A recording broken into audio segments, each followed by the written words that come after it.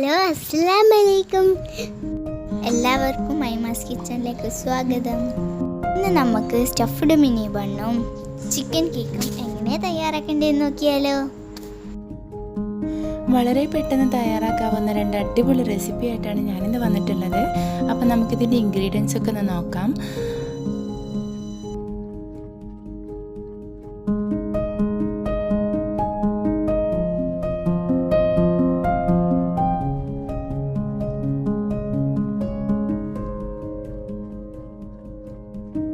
അത് നമുക്ക് chicken marinate ചെയ്യാം. അതിന് വേണ്ടിയിട്ട് ചിക്കനിലേക്ക് മുളക് പൊടിയും കുരുമുളക് പൊടിയും മഞ്ഞൾപ്പൊടിയും ആവശ്യത്തിന് ഉപ്പും ചേർത്ത് കൊടുക്കാം. പിന്നെ ഇതിലേക്ക് കുറച്ച് വിനാഗിരിയും കൂടി ചേർത്തിട്ട് നന്നായിട്ടൊന്ന് മിക്സ് ചെയ്തെടുക്കാം.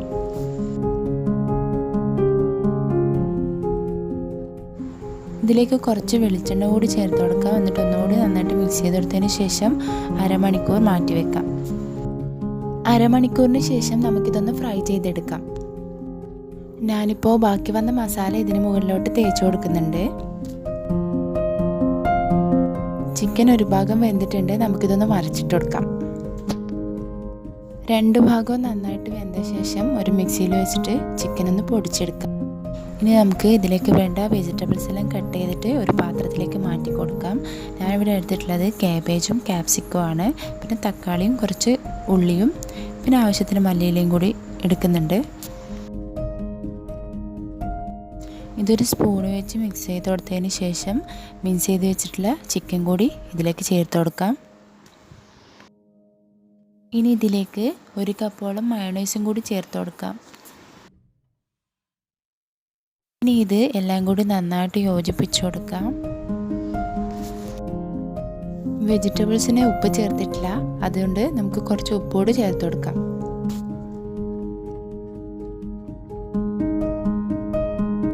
ഇനി എരിവിന് വേണ്ടിയിട്ട് കുറച്ച് കുരുമുളക് പൊടി കൂടി ചേർത്ത് കൊടുക്കുന്നുണ്ട്.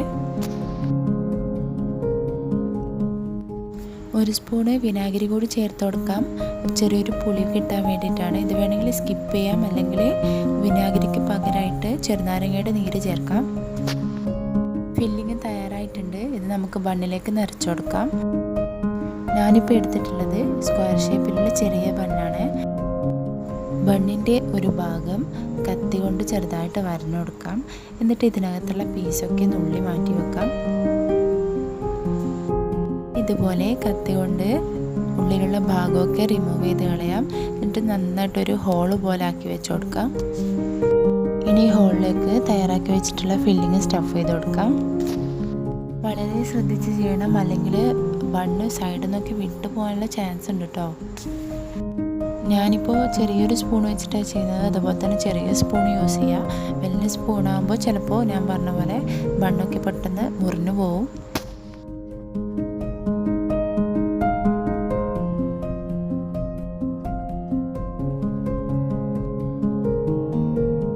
ഇപ്പോൾ ഏകദേശം നന്നായിട്ട് ബണ്ണിൻ്റെ ഉള്ളിലേക്ക് നമ്മുടെ ഫില്ലിങ് നിറച്ച് വെച്ചിട്ടുണ്ട്.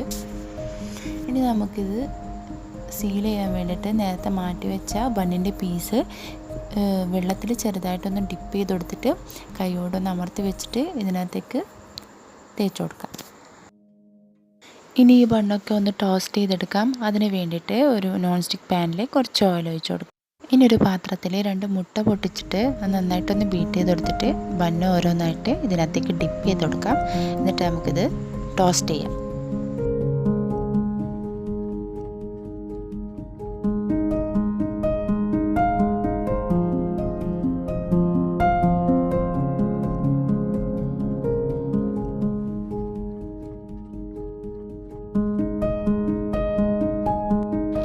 ഒരു സ്പൂണ് വെച്ചിട്ട് ആ ബണ്ണ് തിരിച്ചു മറിച്ച് ഇട്ട് കൊടുത്തിട്ട് എല്ലാ ഭാഗവും നന്നായിട്ടൊന്ന് ചൂടാക്കി കൊടുക്കാം.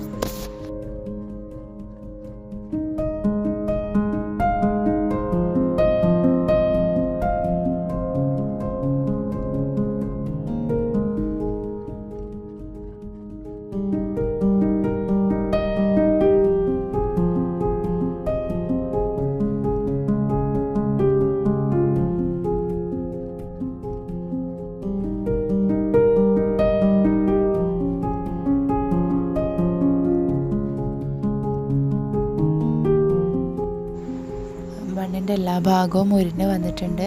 ഇപ്പോൾ ഇത് മാറ്റി വെച്ചിട്ട് ബാക്കിയുള്ള ബണ്ണോട് നമുക്ക് ഇതുപോലെ തന്നെ ചെയ്തെടുക്കാം. ഇനി നമുക്ക് ചിക്കൻ കേക്കിന് വേണ്ടിയിട്ടുള്ള ബാറ്റർ തയ്യാറാക്കാം. അതിന് വേണ്ടിയിട്ടൊരു മിക്സിയുടെ ജാർ എടുത്തിട്ടുണ്ട്.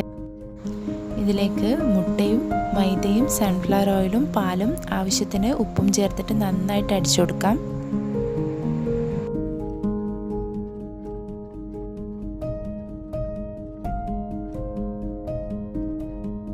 ഇനി ഒരു നോൺ സ്റ്റിക്ക് പാൻ ചൂടാക്കാം. അതിലേക്ക് കുറച്ച് നെയ്യ് ഒഴിച്ചു കൊടുക്കാം. ഇനി ഇതിലേക്ക് പകുതി ബാറ്റർ ഒഴിക്കാം. ഫില്ലിംഗ് ഇട്ട് കൊടുക്കാം. നേരത്തെ തയ്യാറാക്കി വെച്ച സെയിം ഫില്ലിംഗ് ആണിത്. ഫില്ലിംഗ് എല്ലായിടത്തും സ്പ്രെഡ് ചെയ്തതിന് ശേഷം ബാക്കിയുള്ള ബാറ്റർ ഇതിന് മുകളിലായി ഒഴിക്കാം.